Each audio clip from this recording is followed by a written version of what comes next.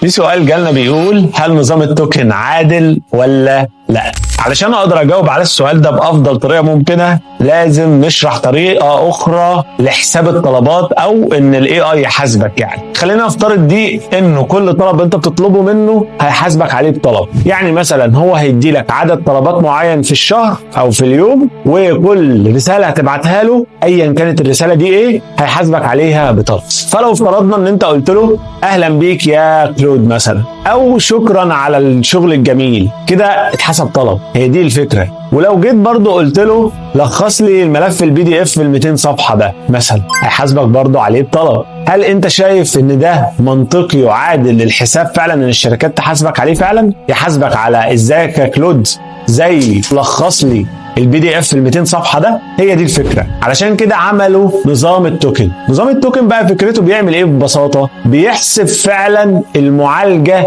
اللي عملها الموديل، وبيحسب قيمه الكهرباء اللي اتسحبت والطاقه اللي اتسحبت علشان تولد الكلام اللي موجود قدامك ده. مش بس كده، ده كمان بيعملوا حاجه اسمها كاشد او ذاكره تخزين مؤقته او حاجه مؤقته. فكرتها ايه؟ ان انت لو كتبت للاي اي نفس الكلام وحد تاني كتب كلام نفسه وحد تالت نفس الكلام او نفس السؤال، الاي اي في النهايه مش هيجنريت الكلام ده من الاول، هيروح ويجيب الكلام ده من الذاكره المؤقته بتاعته ويرد على طول عليك بنفس الرد اللي ردوا على كل الاشخاص اللي طلبوا نفس الطلب من غير ما يروح يعالجه من جديد. علشان كده سعر الكاش توكن ارخص بكتير قوي من التوكنز اللي بتتجنريتد من الاول، وعشان كده النظام ده دقيق جدا. انا معاك طبعا ان النظام ده صعب في طريقة الحساب او صعب مثلا في التعامل بالنسبة للمستخدم العادي، وعلشان كده شركات كتير زي كلود وشات جي بي تي وغيرها بدأوا يعملوا لك اصلا سيستم كده. لو انت مستخدم عادي او بتستخدم الواجهة بتاعتهم تقدر ببساطة انك